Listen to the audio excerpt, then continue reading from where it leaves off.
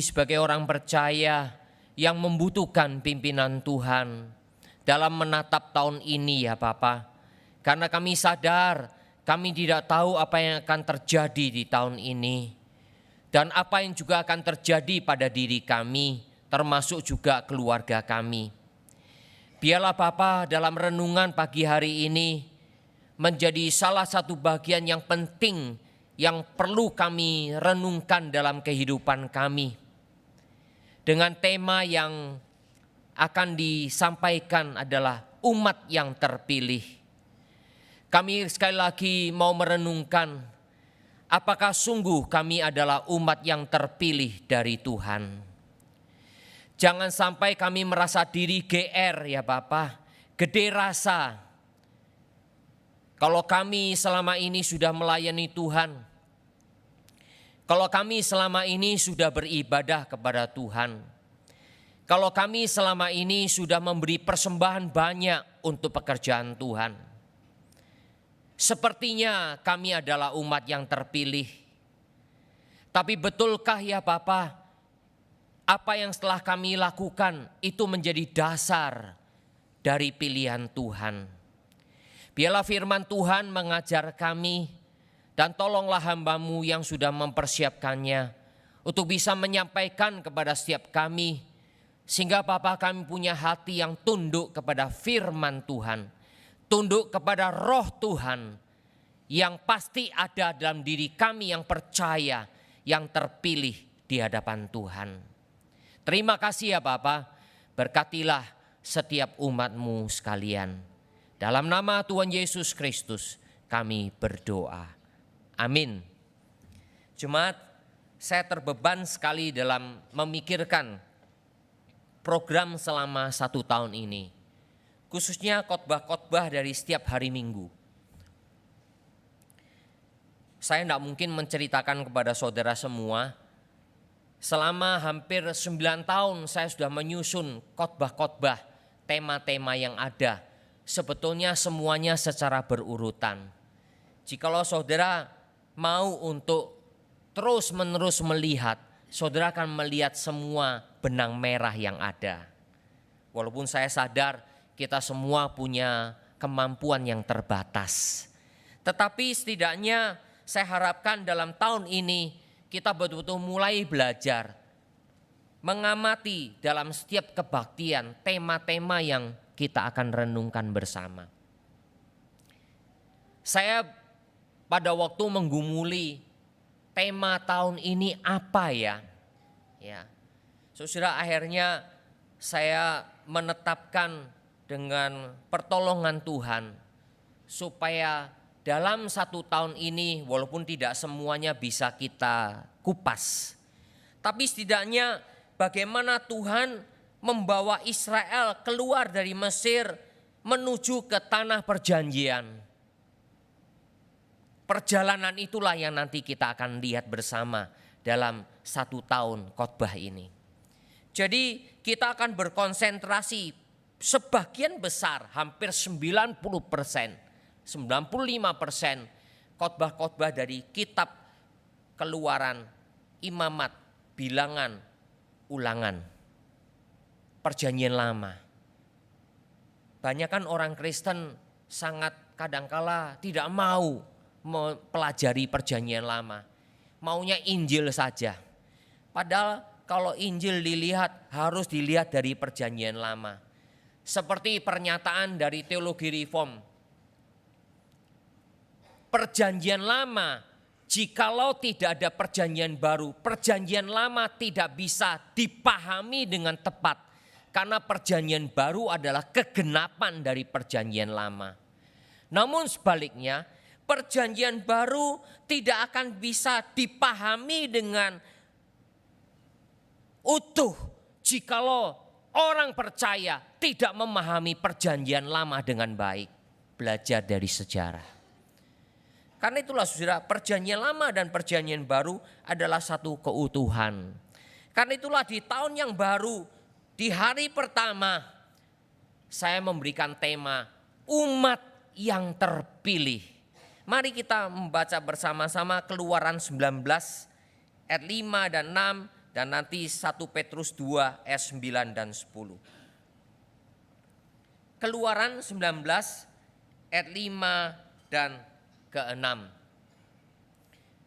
Jadi sekarang jika kamu sungguh-sungguh mendengarkan firman-Ku dan berpegang pada perjanjian-Ku, maka kamu akan menjadi harta kesayangan-Ku sendiri dari antara segala bangsa, sebab Akulah yang empunya seluruh bumi. Kamu akan menjadi bagiku kerajaan imam dan bangsa yang kudus. Inilah semuanya firman yang harus kau katakan kepada orang Israel. Lalu 1 Petrus 2 ayat 9 dan 10 demikian. Tetapi kamulah bangsa yang terpilih, imamat yang rajani, bangsa yang kudus, umat kepunyaan Allah sendiri, supaya kamu memberitakan perbuatan-perbuatan yang besar dari Dia yang telah memanggil kamu keluar dari kegelapan kepada terangnya yang ajaib. Kamu yang dahulu bukan umat Allah, tetapi yang sekarang telah menjadi umat-Nya, yang dahulu tidak dikasihani, tetapi yang sekarang telah beroleh belas kasihan. Demikian firman Tuhan, berbahagialah kita yang membaca dan merenungkannya dalam setiap kehidupan kita. Saudara, topik ini adalah topik yang sangat menarik dan bahkan menjadi diskusi yang tak pernah habis di antara orang-orang Kristen, di antara orang-orang yang percaya. Apalagi kalau bertanya berkenaan dengan siapakah umat pilihan yang sejati. Ya, siapakah umat pilihan yang sejati? Apalagi sudah setelah tahun 1900 berapa itu, 47 atau 49 ya, negara Israel berdiri merdeka, begitu ya. Ya. Oh, negara Israel, apalagi orang Kristen mulai berbondong-bondong Holy Land Tour. Wah, itu negara pilihan Allah, itu bangsa pilihan Allah. Terus menerus jadi perdebatan. Dan banyak orang Kristen tanpa belajar Alkitab telan bulat-bulat itu pengertian itu. Saudara, dua konteks firman ini sangat penting dalam Alkitab. Saya berikan kepada saudara petunjuknya jelas dari Keluaran 19 dan 1 Petrus pasal yang kedua. Perjanjian lama menunjuk bangsa Israel adalah bangsa pilihan Allah. Tapi perjanjian baru 1 Petrus 2 ayat 9 dan 10 mengatakan gereja Tuhan adalah umat pilihan Allah. Saudara, saya mau tanya, apakah berarti ada dua umat pilihan? Satu, bangsa Israel, dan lebih khusus lagi ada yang orang Kristen mengkaitkannya dengan negara Israel sekarang atau bangsa Yahudi sekarang. Dan kemudian bagaimana letak gereja? Orang Kristen juga umat pilihan atau bukan? Perdebatan terus terjadi. Saya di WA grup alumni Saat, sesama hamba Tuhan aja berdebat. Banyak hamba Tuhan karena pandangan dispensasionalis mengatakan negara Israel adalah negara pilihan Allah. Itu sudah ditetapkan oleh Allah. Jadi seolah-olah negara Israel itu sejak bangsa Israel dibawa dari Mesir masuk ke Kanaan itu sudah dimeterai selama-lamanya, itu milik bangsa Israel. Seolah-olah begitu. Tapi kalau saudara belajar Alkitab, dari perjanjian lama setelah habis selesai, itu kira-kira masih ada 400 tahun rentang waktunya. Setelah Nabi terakhir, kalau nggak salah ya anggap aja Maleaki terakhir menuliskan kitabnya, itu tidak ada lagi Nabi selama hampir 400 tahun. Sampai kemudian muncullah Yohanes Pembaptis dan datanglah Yesus Kristus. Lalu Yesus Kristus sendiri sampai disalibkan. Dan Israel sejak itu tidak pernah ada kerajaan lagi. Kecuali ada satu masa kira-kira 40, 50, 60 tahun. Ada kerajaan di bawah dinasti Hasmonean. Dan yang paling bagus adalah pemimpinnya namanya Yudas Makabeus. Yang saya ngomongkan semua itu data sejarah.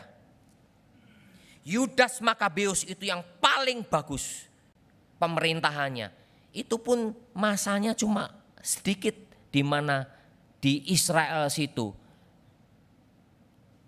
tidak ada penjajahan. Tapi selebihnya di zaman Tuhan Yesus, Israel dijajah oleh bangsa Romawi. Setelah Tuhan Yesus selesai, apalagi Tuhan pernah mengatakan, kamu lihat bait Allah ini, tidak ada satu batu pun akan menumpuk satu dengan yang lain, akan dihabiskan. Dan betul terjadi tahun 70 Masehi, Kekaisaran Romawi lewat Vespasianus menghancurkan seluruh Yerusalem. Dan tidak ada satu bait Allah pun batu yang menumpuk. Karena semua prajurit Romawi menginginkan emas yang melapisi tembok-tembok di bait Allah yang dibangun Herodes pada waktu itu. Semua dicungkil oleh prajurit Romawi untuk mendapatkan emas yang dibakar dari seluruh bait Allah. Dan terjadi. Setelah itu Israel tidak pernah lagi dihuni oleh bangsa Yahudi. Kecuali ada sedikit-sedikit, tapi sudah tidak ada lagi. Akhirnya tahun 1947 atau 48 atau 49, saya agak lupa. Baru negara Israel berdiri karena diberikan oleh negara Inggris yang waktu itu penguasa dari dunia, didukung oleh Amerika yang menang dalam Perang Dunia Kedua. Itu cerita sejarah, saudara. Nah, apakah kemudian sekarang ini Israel adalah bangsa pilihan Allah? Saudara, saya akan bertanya kepada saudara. Sampai sekarang Yudaisme, agama Yahudi, tidak pernah mengakui Yesus sebagai juru selamat dan sebagai Mesias. Apakah dengan demikian maka orang Yahudi adalah bangsa pilihan Allah? Saya mau tanya kepada saudara. Sehingga orang Yahudi juga tidak menerima perjanjian baru sebagai kitab suci. Mereka cuma menerima perjanjian lama. Apakah dengan demikian mereka adalah umat pilihan? Lalu bagaimana dengan orang Kristen, gereja yang menerima perjanjian lama dan perjanjian baru sebagai kesatuan? Ya, saya bertanya, apakah ada dua umat pilihan? Bangsa Israel tanpa Yesus bisa diselamatkan? Tanpa Yesus bisa diselamatkan? Kalau tanpa Yesus bisa diselamatkan, perjanjian baru gak laku. Yesus katakan, akulah jalan kebenaran dan hidup. Di bawah kolong langit ini tidak ada keselamatan yang diberikan, Kisah Rasul 4 ayat 12. Betul kan? Kalau gitu tanpa Yesus Israel bisa diselamatkan. Berarti kalau saudara berpikiran demikian, saudara dualisme. Seolah-olah Allah punya dua rancangan. Ini berdasarkan keturunan Yahudi, keturunan Israel secara daging boleh diselamatkan. Walaupun tidak percaya Tuhan, walaupun memberontak lawan Tuhan tetap selamat karena bangsa pilihan. Sedangkan perjanjian baru adalah gereja termasuk orang-orang non-Yahudi yang percaya kepada Yesus. Itu juga diselamatkan hanya dengan percaya. Maka di surga ada dua umat pilihan. Saudara yang dikasihi oleh Tuhan, kalau kita melihat Alkitab secara utuh, kita harusnya mengatakan bahwa pilihan itu hanya satu di hadapan Tuhan. Nah, mari kita lihat bersama-sama di dalamnya.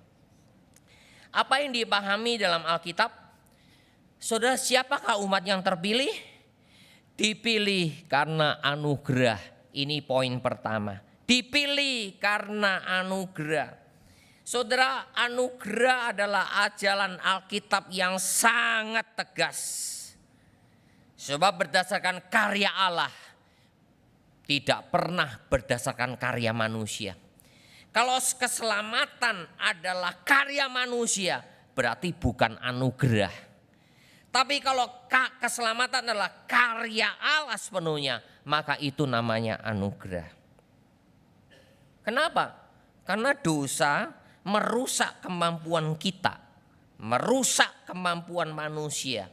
Sekalipun saudara dan saya, kita semua bisa beragama, kita semua bisa seolah-olah saleh sekali. Kemarin saya khotbah di gereja pendeta Yarman yang khotbah di gereja kita. Nyanyian Simeon.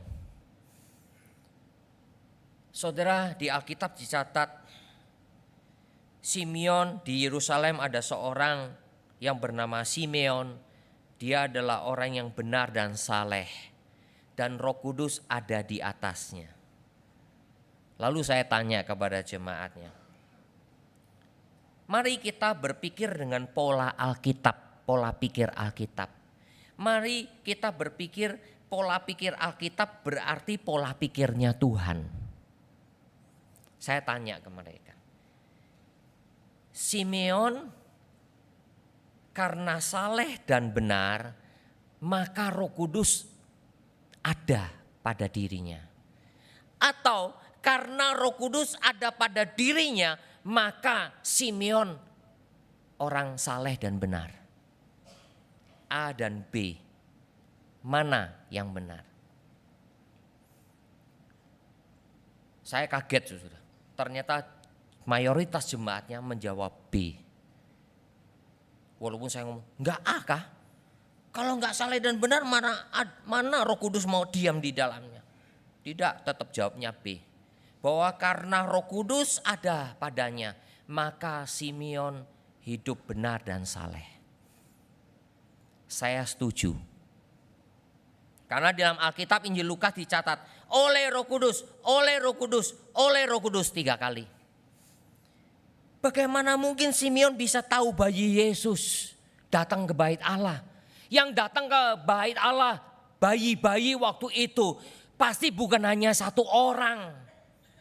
Dan mengapa Simeon bisa tepat datang ke bait Allah pada waktu bayi Yesus dibawa ke bait Allah? Kalau bukan karena Roh Kudus, memangnya Simeon punya data, memangnya Simeon punya WA, memangnya Simeon punya alat untuk mendeteksi mana bayi Yesus? Tidak ada, kecuali Roh Kudus yang bekerja. Jadi kembali lagi saudara, karena Allah yang berkarya. Belum lagi saudara, dalam Alkitab istilah perjanjian itu dipakai kata berit. Dalam bahasa Yunani diterjemahkan dengan diateke. Kata perjanjian, saudara kalau menyelidiki ilmu bahasa, terminologi kata berit atau diateke, pasti akan mengatakan itu adalah perjanjian inisiatif dari Tuhan, bukan manusia. Kalau ada peranan manusia, bahasa Yunaninya menyebutnya sunteke atau sinteke, bisa disebut sunteke atau sinteke. Sin atau sun itu adalah bersama-sama. Nah, seperti kita sinergi, ya kan? Sinergi itu dari sun ergo, ergo itu kerja, sun itu bersama, sinergi itu kerja bersama. Itu bahasa Yunani. Jadi sinergi itu bekerja bersama-sama. Begitu pula dengan sinteke, perjanjian kesepakatan bersama, itu sinteke. Jadi antara dua belah pihak, si A, si B. Baik si A yang lebih kaya, si B yang lebih miskin, atau si A lebih pandai, si B agak kurang pandai. Itu namanya kerjasama. Tetapi kalau diateke, itu dari satu pihak yang inisiatif. Jadi Tuhan yang berinisiatif, manusianya terima saja. Ingat saudara, pilihan Tuhan atas bangsa Israel bukan karena jasa-jasa mereka maupun karena kebenaran hati mereka. Yuk kita baca ya, Ulangan 9 ayat 4 sampai 6. Tolong Steve tampilkan di layar. Ulangan 9 ayat 4 sampai 6. Ini ayat yang sangat penting sebelum nanti Israel masuki tanah Kanaan. Janganlah engkau berkata dalam hatimu apabila Tuhan Allahmu telah mengusir mereka dari hadapanmu. Maksudnya mereka di situ adalah bangsa-bangsa di Kanaan. Karena jasa-jasakulah Tuhan membawa aku masuk menduduki negeri ini. Padahal karena kefasikan bangsa-bangsa itulah Tuhan menghalau mereka dari hadapanmu. Bukan karena jasa-jasamu atau karena kebenaran hatimu engkau masuk menduduki negeri mereka. Tetapi karena kefasikan bangsa-bangsa itulah Tuhan Allahmu menghalau mereka dari hadapanmu.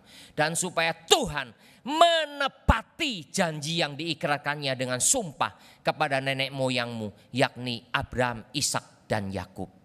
Jadi ketahuilah bahwa bukan karena jasa-jasamu Tuhan Allahmu memberikan kepadamu negeri yang baik itu untuk diduduki. Sesungguhnya engkau bangsa yang tegar tengkuk.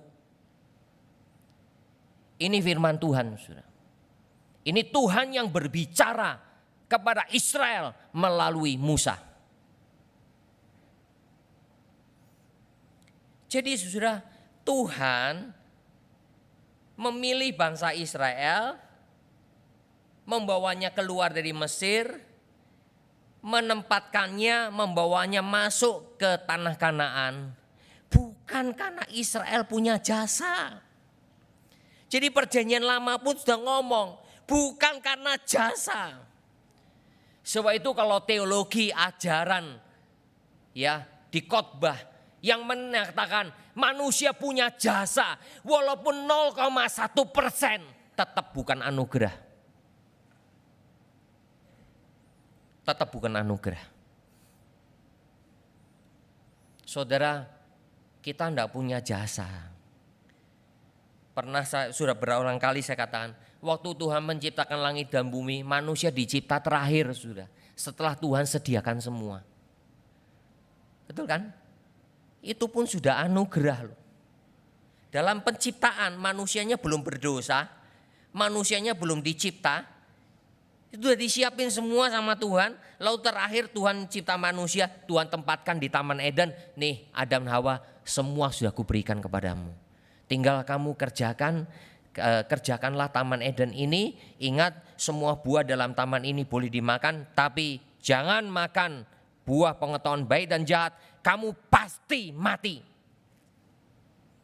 Kata-kata Tuhan itu jelas. Itu anugerah. Sebelum dicipta pun manusia itu sudah ada anugerah. Jadi saudara yang berani melawan anugerah itu betul-betul kelewatan. Kelewatan sekali. Kelewatan. Ya. Saudara yang dikasih oleh Tuhan, Israel sendiri disebut engkau bangsa yang tegar tengkuk. Saudara, karena itulah kalau Israel dipilih sama Tuhan, itu bukan karena jasa mereka. Tanah perjanjian diberikan kepada mereka, itu bukan karena jasa mereka. Tapi karena bangsa-bangsa itu yang mau dimusnahkan oleh Tuhan. Dan yang penting lagi adalah karena Tuhan mau menepati janjinya kepada Abraham, Ishak dan Yakub. Saudara kalau belajar perjanjian lama juga, bahkan perjalanan Israel ke negeri perjanjian waktu di padang gurun. Ingat nggak saudara? Suatu kali Tuhan pengen memusnahkan bangsa Israel di padang gurun. Lalu ngomong sama Musa, Musa udahlah aku hancurin semua ini bangsa Israel. Aku akan pakai keturunanmu untuk menjadi bangsa pilihan. Saudara ingat ayat itu? Saudara ingat konteks ayat itu? Lalu Musa ngomong apa? Tuhan, jangan Tuhan, ingat janjimu kepada Abraham, Ishak dan Yakub. Musa enggak mau. Musa enggak kegeeran. Hebat ya, aku mau gantiin ini. Bangsa lewat keturunanku menggantikan ini umat Israel loh. Nanti jadi bangsa Musa. Musa enggak mau. Musa sendiri adalah bagian dari Israel, betul kan? Musa sendiri orang Lewi, dia bagian dari Israel. Musa tidak mau mengkhianati bangsanya sendiri. Saudara, kalau saya mempelajari Alkitab, saudara, luar biasa sekali. Israel adalah bangsa yang tegar tengkuk. Karena itu saudara, Tuhan tidak ragu-ragu setelah sekian lama tidak mau bertobat, tidak mau sungguh-sungguh. Hanya 10 suku kerajaan utara dihabisin musnah. Walaupun memang mungkin masih ada sebagian kecil. Ya, saya baru teringat di Lukas itu ketika belajar si Hana yang dikhotbahkan kemarin di Natal, di Advent keempat. Menganugerahi kesalehan kepada Hana. Hana ternyata suku Asyir yang masih ada tertinggal sedikit saja. Setelah itu menjadi bangsa Samaria. Setelah itu sudah, setelah Yesus, ya, imam besar mengatakan, biarlah darahnya ditanggungkan kepada kami dan anak cucu kami. Saudara yang kasih oleh Tuhan. Dan akhirnya tanda petik terbukti. Bangsa Yahudi terus menerus tercerai-berai.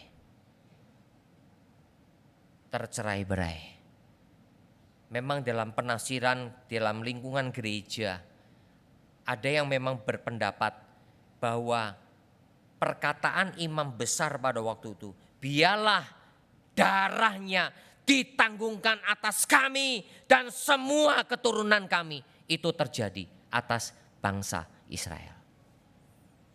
Tercerai-berai.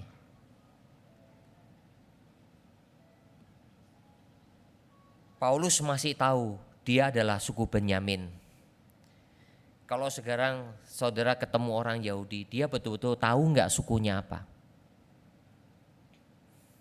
Memang katanya ada yang ngomong, oh masih tahu suku Yehuda kan? Ya. Dari mana dia bisa membuktikannya? Kalau cuma sekedar ngaku-ngaku kan bisa saja. Saudara yang dikasih oleh Tuhan, janji Allah kepada Abraham bahwa aku akan menjadikan engkau berkat bagi semua bangsa. Itu janji Tuhan kepada Abraham. Apakah janji Tuhan kepada Abraham itu hanya khusus untuk Israel? Tidak, saudara. Tapi itu untuk seluruh bangsa.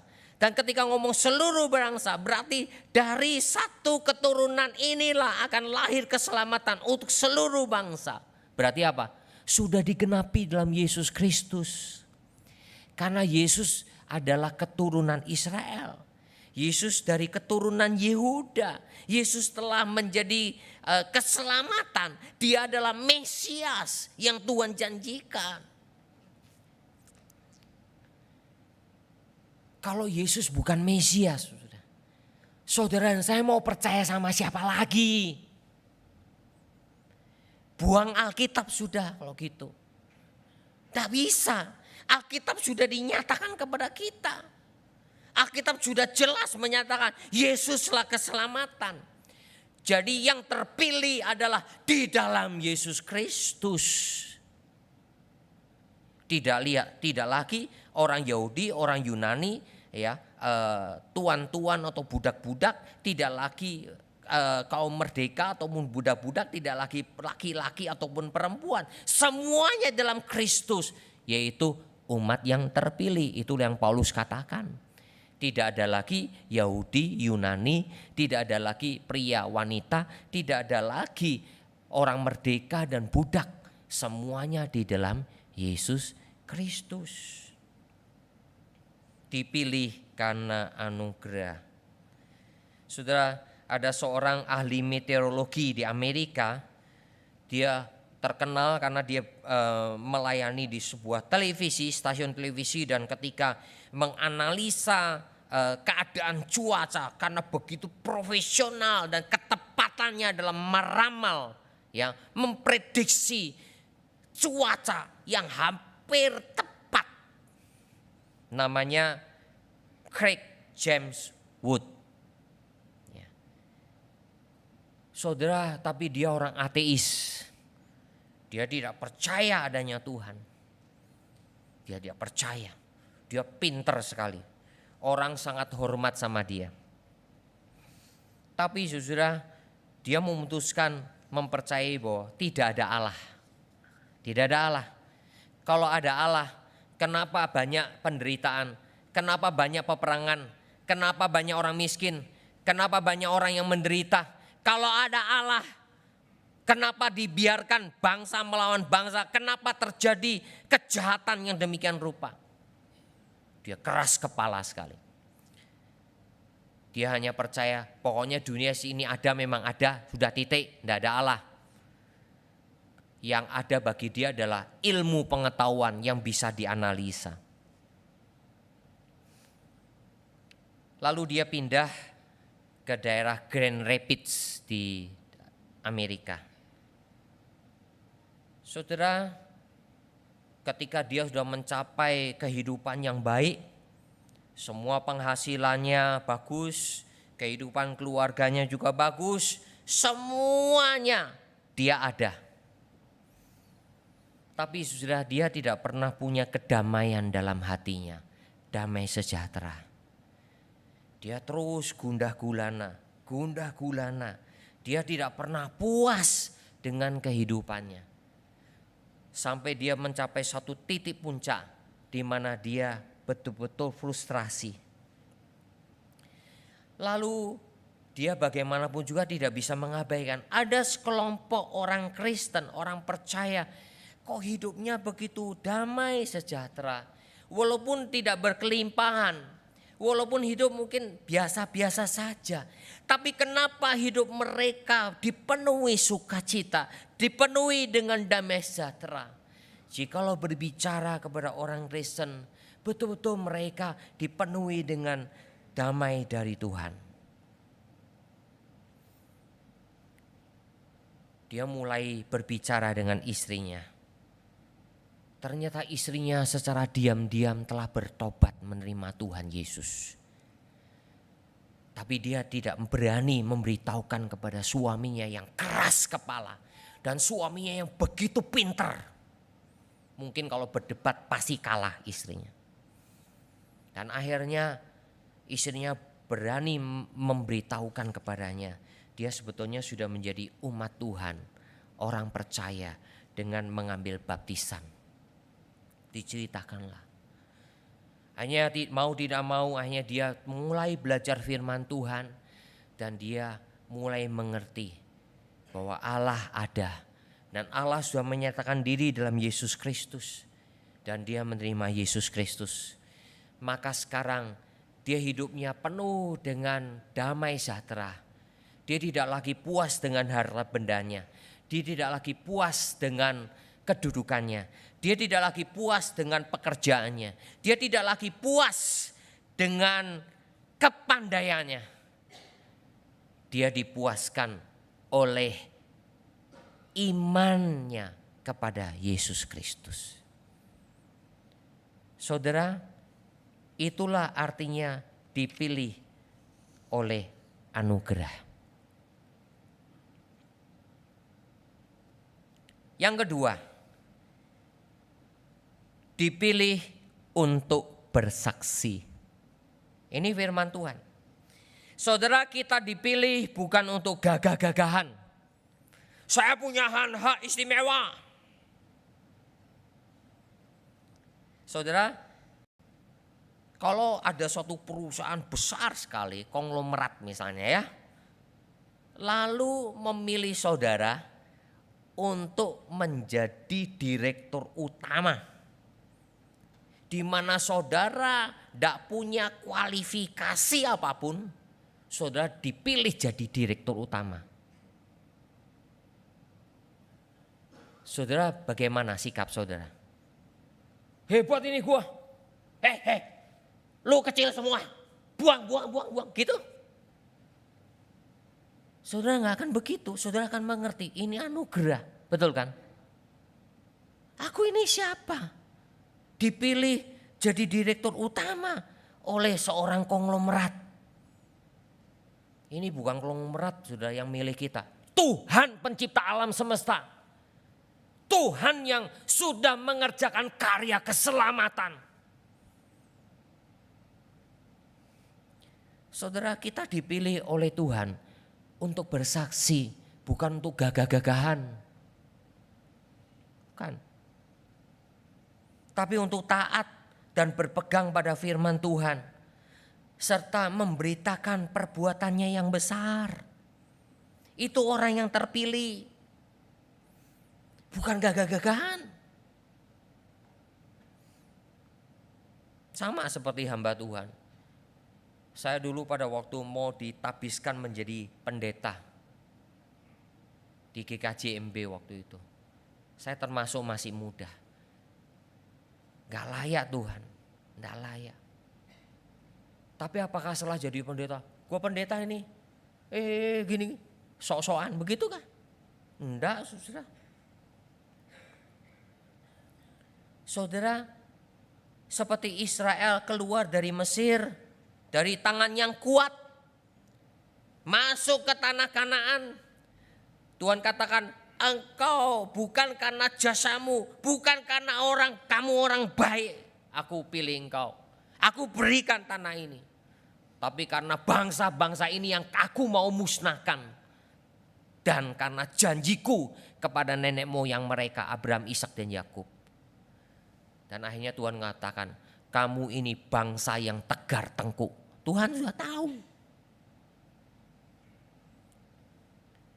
Saudara, seperti gereja, saudara dan saya dibawa keluar dari kegelapan ke dalam terangnya yang ajaib lewat pengorbanan Yesus Kristus. Apakah berarti saudara dan saya gagah-gagahan? Tidak. Saya orang Kristen hebat ini. Saudara, ciri khas orang yang dipilih Tuhan. Kalau ini cuma kita lihat ya, mungkin kita hanya bisa lihat dari permukaan saja. Tapi dari Alkitab sebetulnya banyak tanda-tandanya. Ciri orang yang dipilih Tuhan itu apa? Orangnya takut akan Tuhan. Itu ciri pertama. Saudara, semua orang menganggap dirinya orang Kristen itu takut Tuhan. Tapi betul, ada seorang hamba Tuhan mengatakan ini. Orang itu betul-betul kelihatan takut akan Tuhan adalah ketika dia seorang diri. Tidak ada orang yang lihat, dia seorang diri.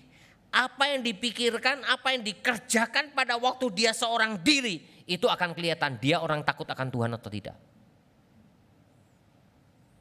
Tidak ada orang lain yang tahu. Ya, hanya diri kita sendiri yang tahu dan Tuhan.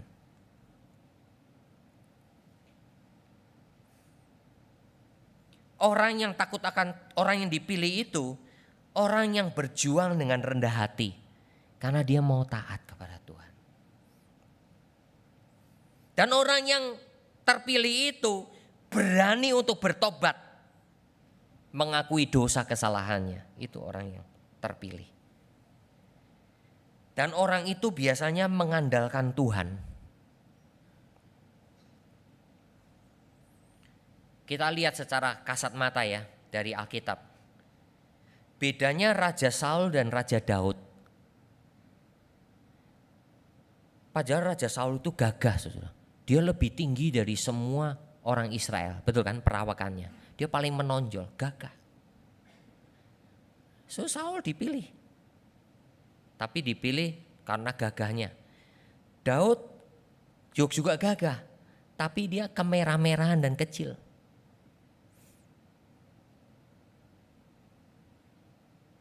Saul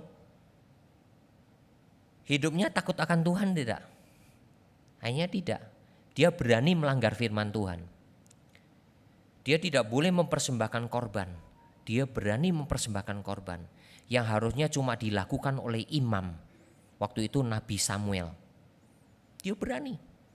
Karena nunggu Nabi Samuel gak datang-datang. Dia berani. Dia telah melanggar.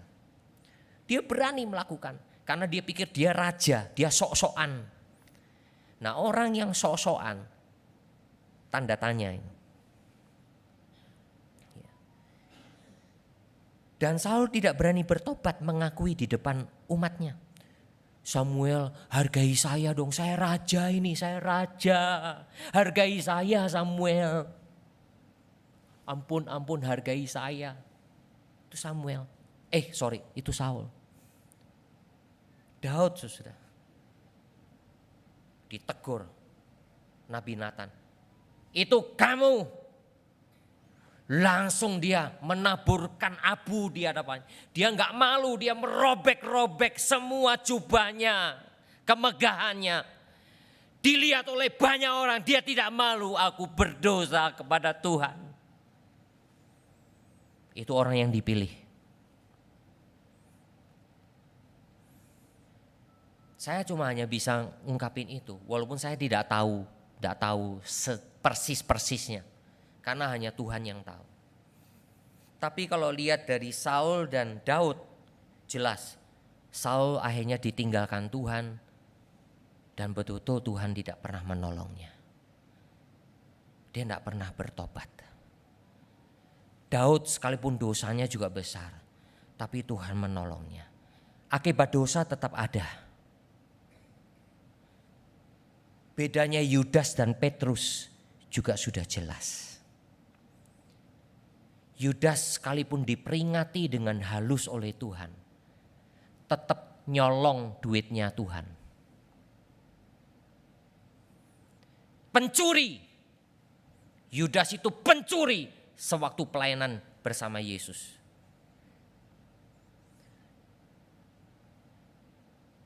Dikasih tahu, tetap tidak mau bertobat.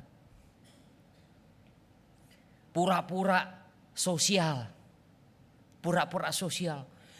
Uang ini, wah mahal ini minyak wangi. Kenapa dihambur-hamburkan, sayang. Ini bisa untuk membantu orang miskin. Alkitab mencatat, dia mengatakan itu karena dia mencuri uang yang ada. Kita tidak pernah tahu hati orang, saudara. Kita tidak pernah tahu hati orang. Karena itu saya selalu jaga diri saya, hati saya juga. Jangan sampai saya mencuri. Jangan sampai saya demikian. Tuhan tolong saya. Yudas akhirnya menyesal, tapi tidak ada lagi jalan keluar. Dia bunuh diri. Petrus menyesal, tapi Tuhan berkata, Petrus, iblis mau menampi imanmu, tapi aku berdoa supaya imanmu tidak gugur. Bukan karena Petrus lebih hebat dari Yudas, bukan. Tapi karena Tuhan sudah berdoa dan Tuhan yang memegang tangannya, memegang siapa yang ada dalam tangan Bapa, dalam tanganku, tidak ada seorang pun yang bisa merebutnya. Itu umat yang terpilih, saudara.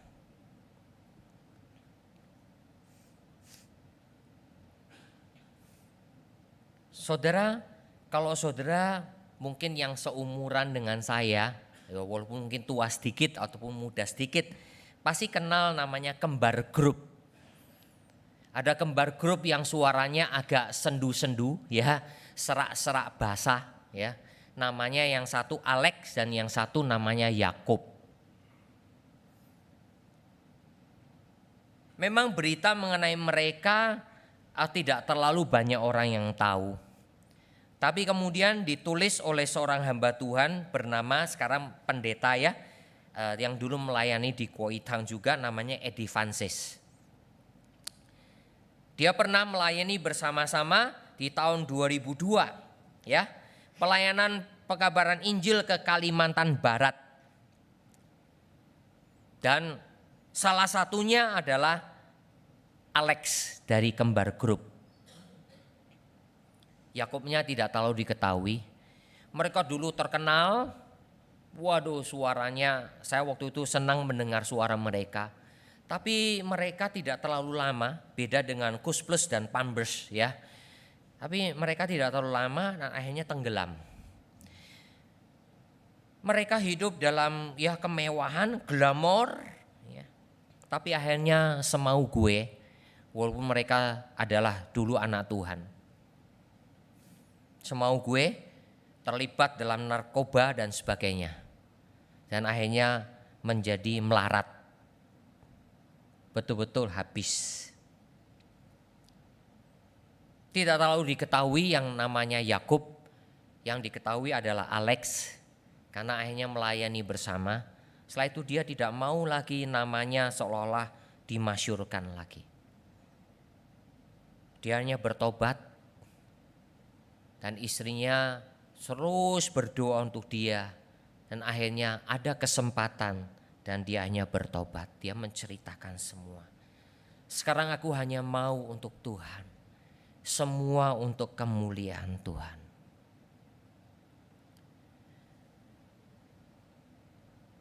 Saudara, tidak ada yang mustahil bagi Tuhan. Orang yang dipilih akan diberi kesempatan dan dia tidak akan malu mengakui dosa-dosanya. Dia mau mengandalkan Tuhan, dia mau bertobat. Itulah Alex dari Kembar Group.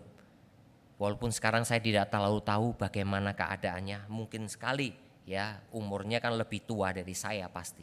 Ya. Tapi yang jelas sudah anak Tuhan yang terpilih, orang yang terpilih itu akan ada kesempatan.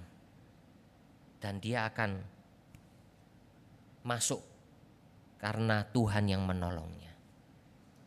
Kalau bukan Tuhan tidak ada seorang pun yang bisa. Jadi mari kita bertanya, apakah aku umat yang terpilih? Nanti kita akan belajar sudah selama 1 tahun ini. Bagaimana di kitab Bilangan terjadi pertengkaran antar pemimpin. Musa dilawan sama kakaknya sendiri Miriam. Dan Harun diajak untuk kongsian melawan Musa. Ada juga pemimpin-pemimpin yang lain. Korah, Datan, Abiram melawan Musa. Ada lagi tua-tua melawan Musa. Musa terus serahkan kepada Tuhan. Serahkan pada Tuhan. Tapi Musa sendiri ketika dengan marah dan tidak ingat kesucian nama Tuhan. Memukul batu 2 kali. Tuhan pun marah kepada Musa. Karena engkau melanggar kesucianku, kesucian namaku di hadapan bangsa Israel.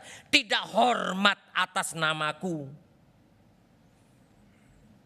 Saudara, Tuhan itu punya standar yang dimana saudara dan saya tidak bisa permainkan menurut ukuran kita. Karena itu kalau kita tahu, saudara, kita sadar itu, maka kita akan selalu hormat dan berhati-hati dalam kehidupan ini. Sehingga kita tidak meremehkan siapapun, tapi juga kita tidak berbangga atas apapun. Karena semuanya adalah karena Tuhan. Itulah umat yang terpilih. Mari kita berdoa.